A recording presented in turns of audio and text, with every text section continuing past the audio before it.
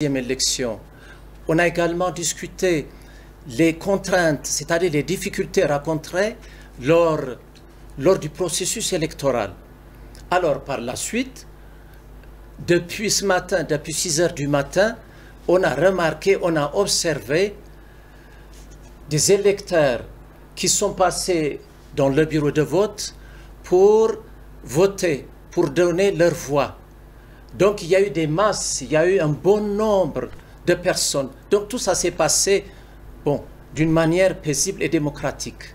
Cela montre donc que l'Éthiopie est dans la bonne voie de prospérité, que l'Éthiopie est dans la bonne voie démocratique. Alors, Moubarak, qu'est-ce que tu en penses? Est-ce que tu as d'autres idées, d'autres éléments à rajouter? Bonjour.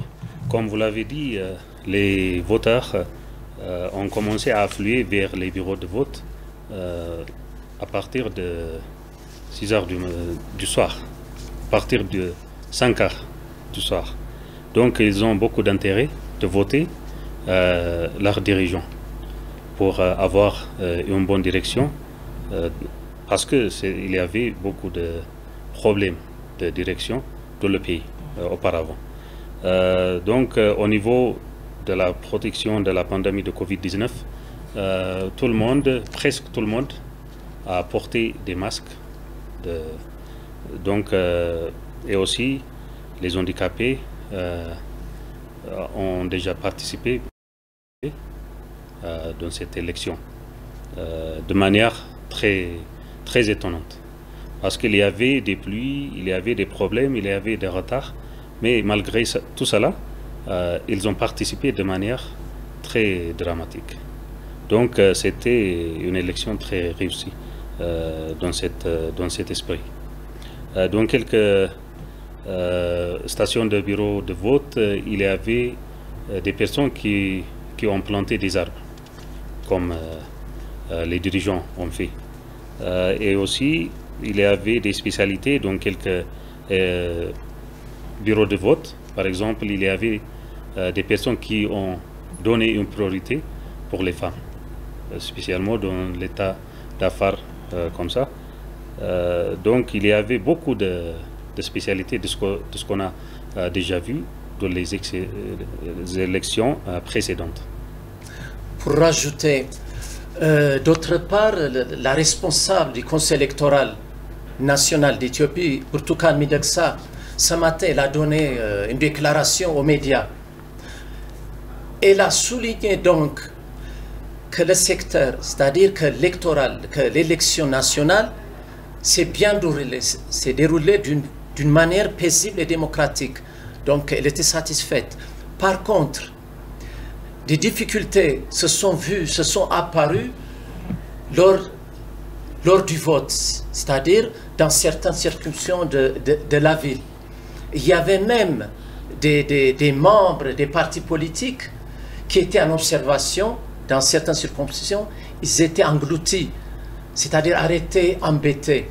Donc elle a insisté, elle a noté que son bureau, c'est-à-dire que le Conseil national va travailler sur cette affaire, qu'elle va chercher à remédier les difficultés, à prendre même des mesures. Mais dans l'ensemble, elle a insisté que tout ça s'est bien passé.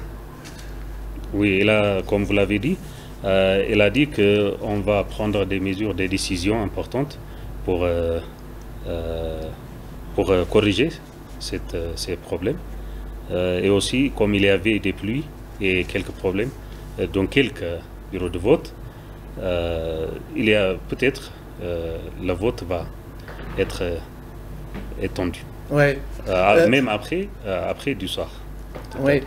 Et puis concernant le vote des hauts responsables du gouvernement éthiopien, la présidente Sahle-Work a voté à Addis Abeba, c'est-à-dire dans le district sous-cité de Girgos. C'était sa première élection. Elle est passée pour la première fois. Elle a quand même apprécié le processus électoral parce qu'elle était contente de voir un bon nombre d'électeurs passer vers le bureau de vote. Elle a rappelé, elle a cité son expérience précédente, c'est-à-dire, elle a servi en tant qu'une observatrice dans un pays africain. Donc ça, c'est sa première élection en Éthiopie. Donc il a dit, l'Éthiopie a réussi, l'Éthiopie a organisé correctement. Donc c'est le succès pour l'Éthiopie, c'est-à-dire d'organiser une élection, un processus électoral correct. Donc elle a passé ce message aux médias. Oui, elle a transmis aussi un message important. Ceci est que perdre ne signifie pas perdre du tout. Mais il signifie que vous allez réorganiser votre capacité de participer aux prochaines élections aussi et pour gagner plutôt. Donc c'est un apprentissage. Ce n'est pas une perte après. Oui, oui. Et d'autre part, il y a aussi d'autres responsables du gouvernement qui ont voté dans les circonscriptions.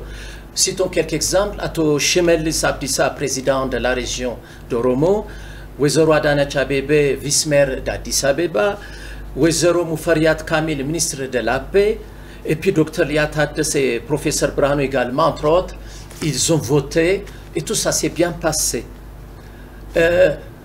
Moubarak, est-ce qu'on peut dire quelque chose, par exemple, sur les membres d'observation?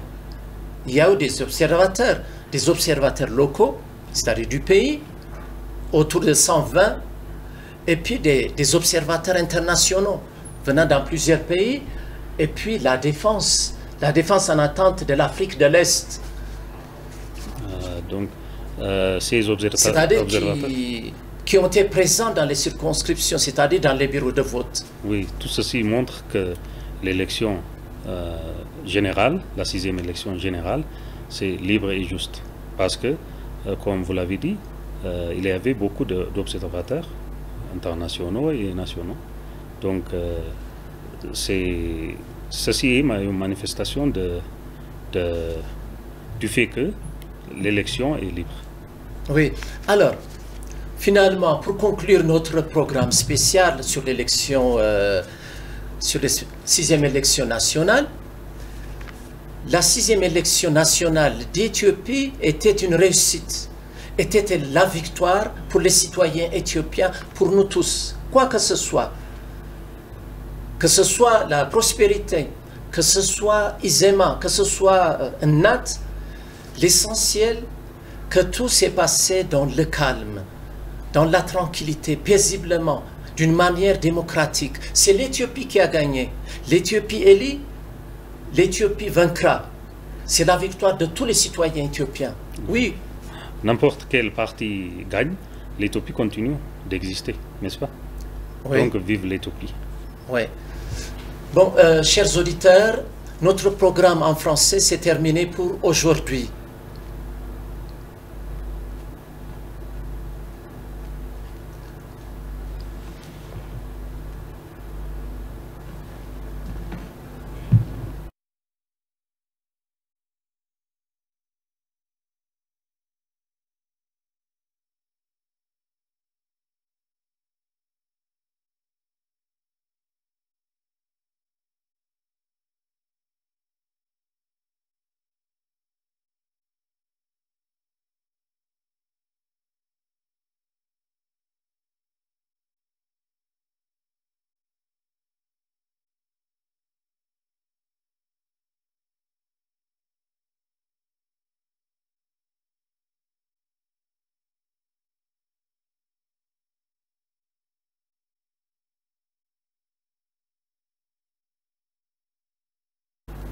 Chers téléspectateurs, c'est la fin de notre programme en français, notre programme spécial sur la 6e élection nationale.